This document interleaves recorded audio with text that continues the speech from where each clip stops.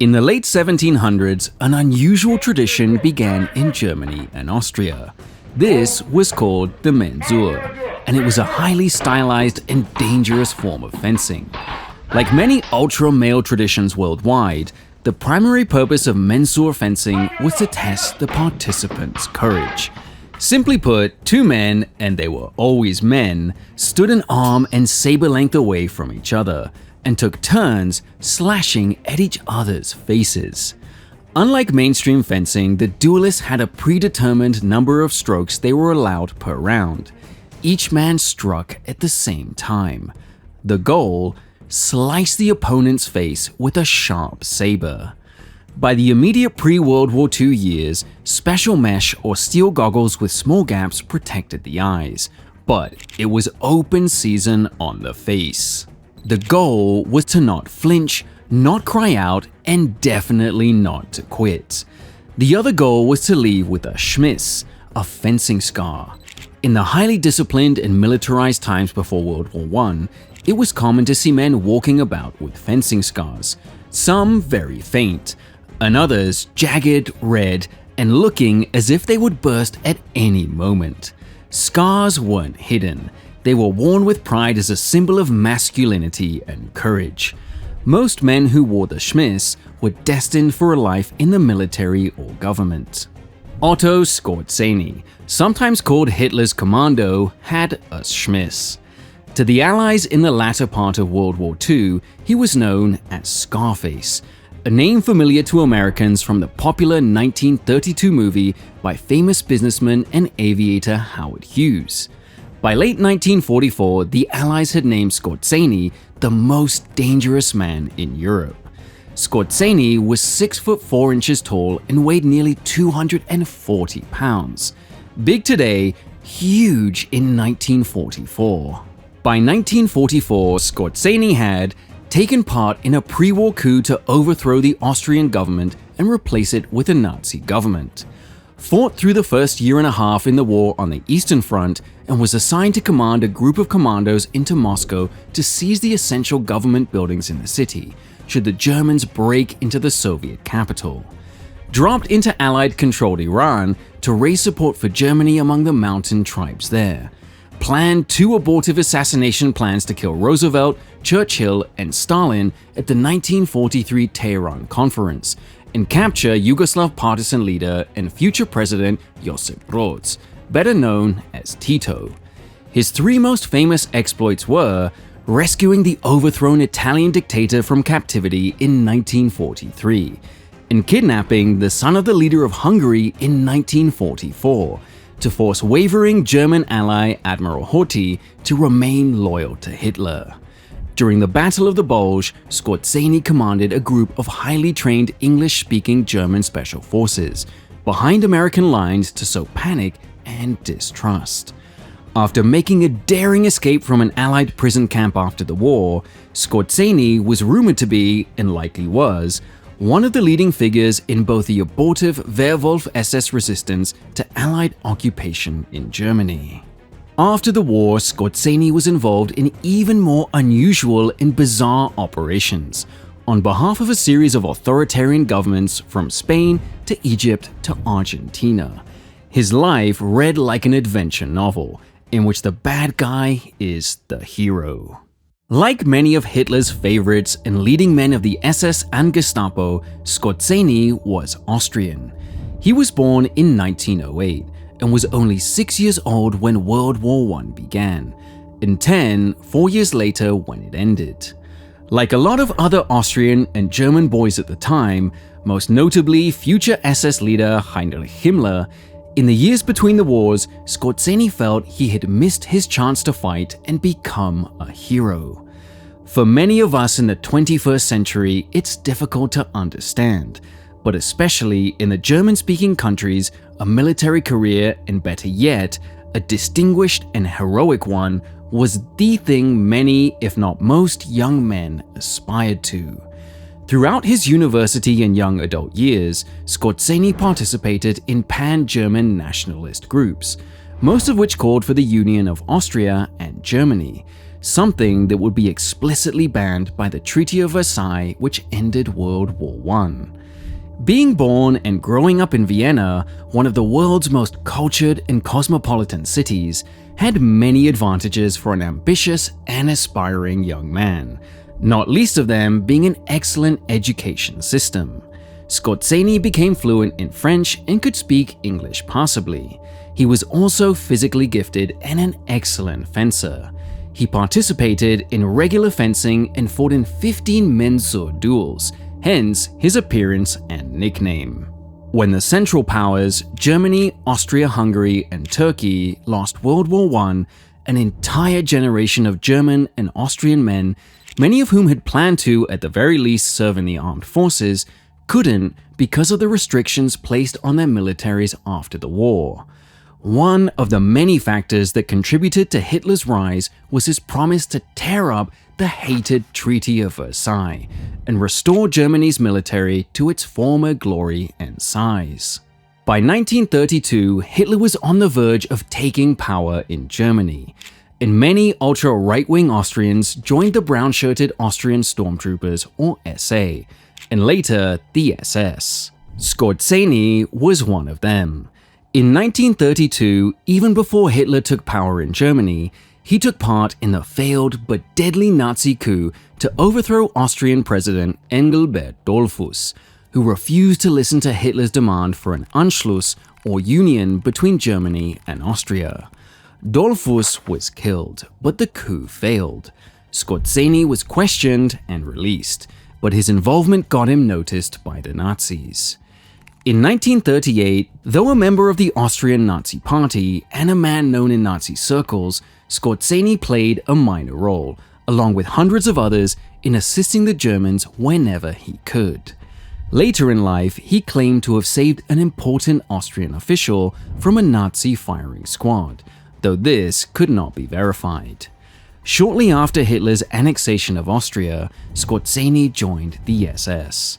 By this time, Skorzeny was a skilled and professional engineer. Despite being older than most recruits, Skorzeny was an attractive figure for the SS.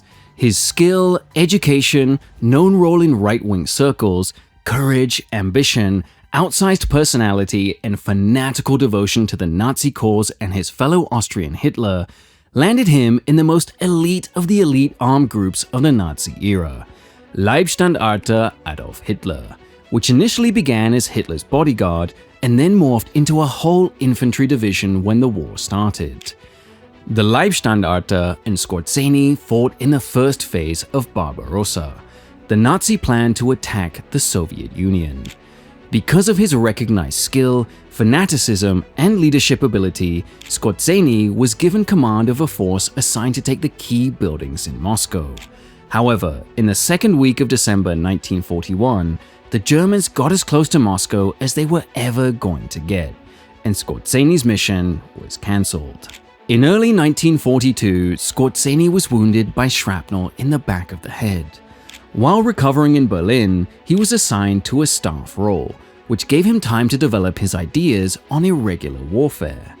Interestingly, just a few months earlier, another officer, this one British, was lying in a hospital bed, generating ideas for the same type of unit, one which would fight behind enemy lines, organize partisan units or fight them, plan sabotage and assassination, and generally cause mayhem. Sterling's version became known as the Special Air Service, or SAS. The SS version became known as the Sonderverband ZBV Oranienburg, the ZBV standing for Special Use, and Skorzeny was put in command of their training school in the spring of 1943, at the command of Ernst Kaltenbrunner, one of the most powerful men in the SS.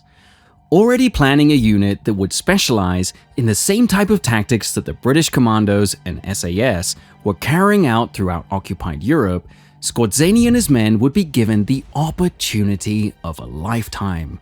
The kind of opportunity that Skorzeny was waiting for.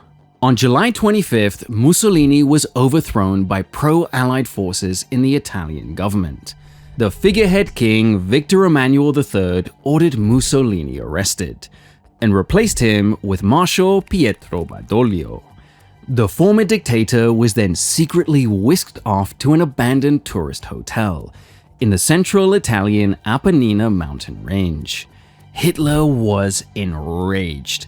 Not only had the Italians overthrown his ally, but had humiliated him by taking him hostage.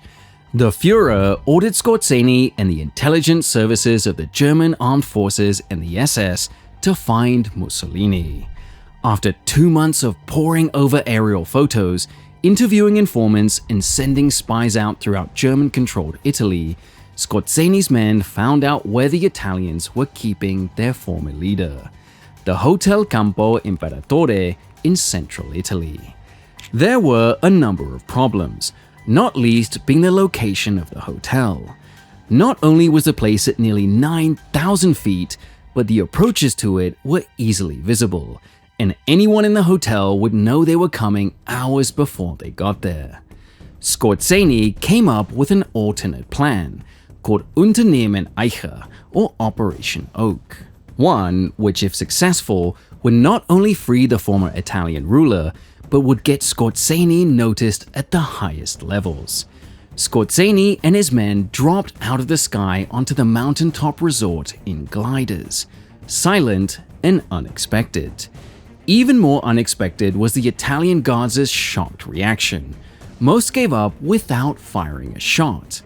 Hustling Mussolini out of the hotel in hat and overcoat, the rescue team faced one last problem: getting him off the mountain. Hiking and climbing down would take too long and was risky. Someone could see and report them. So the plan was to land a 2-man Fieseler Stork observation plane and whisk Mussolini to friendly territory. The problem was that Skorzeny insisted that his duty forced him to stay with Mussolini at all times to make sure he was safe. So Mussolini and Skorzeny piled into the passenger seat, despite the fears of the pilot and everyone else that the weight of the plane was too much. Skorzeny ordered the man to fly off the edge of the mountain cliff, and for a few very long seconds, the men left on the mountaintop thought Skorzeny and Il Duce had crashed. Just then, the plane zoomed into view, having just barely missed the ground, and took Mussolini to freedom. In Berlin, Hitler was ecstatic. He personally pinned Germany's highest medal for valor, the Knight's Cross, and told Skorzeny that he should continue plans for forming units that could take the fight to the enemy behind their lines. With the success of the Grand Sasso raid and now Hitler's direct protection, Skorzeny became a powerful and popular man in Germany, and the SS leadership fell over themselves to give him what he wanted: hand-picked men from both the army and the SS, the best equipment, and access to secret information. Between fall 1943 and fall 1944, Skorzeny gathered more men into his unit, which was renamed SS Jagdverband Mitte, or SS Central Hunting Group, whose purpose was sabotage, infiltration, and guerrilla warfare. Skorzeny set up a series of schools teaching commando tactics, sabotage and demolition, and espionage. One of the requirements of the unit was the ability to speak English. The more fluent, the better. Over time, the group was filled with men who had not only studied English in school, but a number of whom had lived in the United States or England and spoke English like a native. One other thing, Allied uniforms, especially American ones, along with captured American weapons and vehicles, were gathered in large numbers. Before Skorzeny and his men ran amok behind American lines in the Battle of the Bulge, the Austrian commando pulled off another amazing raid, one even more daring, or at least more dangerous than the rescue of Mussolini. By late 1944, Hitler's empire was under siege from west, south, and east. In the east, one of his oldest and most steadfast allies, Hungary, led by Admiral Miklos Horthy, was making plans to switch sides, and hopefully save his own neck, and join the fast-approaching Soviets against Hitler. Already suspecting the Hungarians of making plans to change sides, Hitler's intelligence services determined that Horthy was about to go over to the Soviets and use the not inconsequential Hungarian army to arrest all Germans in the capital, Budapest. Skorzeny was told to prevent this. To do that, he was given carte blanche. Nothing about the Hungarian operation, called Unternehmen Panzerfaust for Armored Fist, was as subtle or secret as the Gran Sasso raid. Heavily armed and armored, Skorzeny led a column of German armor to the German embassy in the capital and lured Horthy's son, Miklos Jr., to the building, with the impression that the Germans wanted to start negotiations for their withdrawal from Hungary, and their desire to negotiate with the Soviets to do it peacefully. Skorzeny knew two things. Horthy Jr. was the lead man in the secret Hungarian talks with the Russians, and that his father loved him very much. So, Horthy's son was beaten unconscious, literally rolled into a large carpet, taken to a cargo truck, and whisked off to Germany as a hostage. As the son was being taken out of the country, Skorzeny's armored SS column moved on to Buda Castle, the seat of Horthy's government. With hundreds of SS men and tanks placed throughout the government complex, and with word arriving that his son was a prisoner of the Germans, Admiral Horthy abdicated in favor of a vicious Hungarian Nazi group and was taken to Germany. Amazingly, both father and son survived the war, despite being under SS guard for the last months of the conflict. On December 16, 1944, Hitler launched his last major offensive in the West. Operation Watch on the Rhine, or Unternehmen Wacht am Rhein, was the operational name for what is now known as the Battle of the Bulge. Within the Watch on Rhine plan was Unternehmen Greif, or Operation Griffin, one of the most audacious plans of the war. When Hitler's 250,000 soldiers launched themselves at American forces in the Ardennes forest along the German-Belgian border, they were joined by about 2,500 troops under Skorzeny's command, known as Panzer Brigade 150. Among those 2,500 were about 200 Germans who spoke impeccable English, with American accents, and knew a great deal about American culture. Skorzeny's mission was simple: sow confusion behind enemy lines and gather intelligence.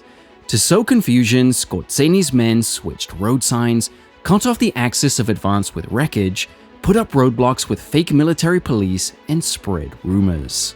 It was a great idea, but despite careful planning and execution, beyond the first couple of days, Skorzeny's men were largely ineffective. Why? Because US intelligence had picked up the possibility of American soldiers who were Germans behind US lines. Within a very short time, US soldiers were falling all over themselves trying to catch German spies. In one instance, an American general who could not give the right answer to a baseball trivia question was held by American military police for hours until his identity could be verified. Probably the biggest impact of Skorzeny's operation was the rumors that began in American ranks that German troops posing as Americans were on their way to assassinate Allied Supreme Commander Dwight Eisenhower. For the first few days of the Bulge, Eisenhower was placed under heavy guard in his headquarters in Versailles, France, hundreds of miles from the front where he wished to be. Finally determining that nothing would happen, he, cursing his aides, made his way to the front. Unfortunately for Hitler and Skorzeny, Operation Greif made more headlines than any real impact, but 16 of Skorzeny's commandos were captured in American uniforms and were executed by firing squad. In the last month or so of the war, Skorzeny was promoted to Major General in order to take command of a 5,000-man unit, most of whom were either regular foot soldiers or armed civilians, not the caliber of troops he was used to commanding. In February 1945, he fought the Soviets on the Oder River east of Berlin. In mid-March, he was sent west to blow up the Ludendorff Bridge, the famous bridge at Remagen, one of the few bridges over the Rhine River left intact. He was to blow up the bridge by any means necessary, but it collapsed on the day Skorzeny arrived. He was given a bridge-blowing assignment, but the incredible number of Allied troops made it impossible. Despite this, Hitler awarded Skorzeny the Oak Leaves to the Knight's Cross before the war was over, an incredibly rare honor. For a man like Skorzeny, the worst thing was being kept captive, and the war's most dangerous man was kept prisoner for 2 years, while evidence about his war career was gathered. The main case against him stemmed from his men wearing American uniforms during the Bulge.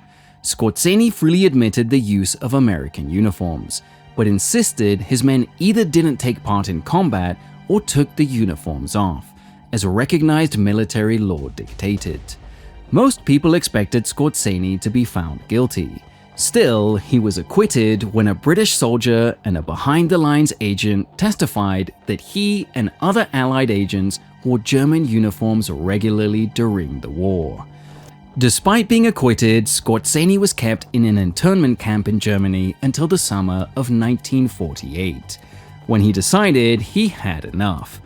Ironically, helped by 3 former SS officers in US uniforms, Skorzeny hid among his Nazi contacts and disappeared. In 1950, in a typically audacious act, Skorzeny was pictured having coffee in Paris. His identity was discovered, and he was finally issued a passport by the fascist government of Spain. He made his way to Madrid, where he lived on and off for several years, running an import-export business and publishing his memoirs, which were very popular in Spain. Throughout the rest of his life, Skorzeny was tied to the intelligence services of various authoritarian governments in the Middle East and South America, including those of Gamal Nasser in Egypt and Perón in Argentina. It is believed that these ties, along with his skill and the help of others, aided Skorzeny in being the head of Odessa. This shadowy Nazi organization supposedly organized the escape of Nazi fugitives out of Europe. But the most remarkable story about Skorzeny only gained notice in the last 10 years, that he spent much of his post-war life working for the Israelis.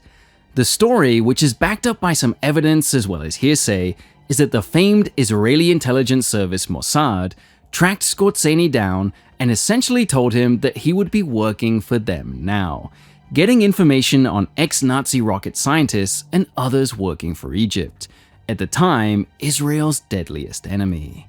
The story goes that Skorzeny approached several men and made them an offer they couldn't refuse. And suddenly, their work for the Egyptians stopped. Again, while there is no hard evidence that the former SS man worked for the Jewish state, a number of ex-Mossad officials and reporters have come out and stated plainly that they worked with or interviewed the former commando. Throughout his post-war life, he was tied to anti-communist governments worldwide, giving them advice on how to fight an insurgency. But none of this was ever proven 100%. The most dangerous man in the world lived a free and successful life for 30 years. He died in July 1975. As you can see from the clip, former SS men, Spanish fascists, and others paid their respects, wearing iron crosses and giving Hitler salutes. Thank you for watching today. See you next time.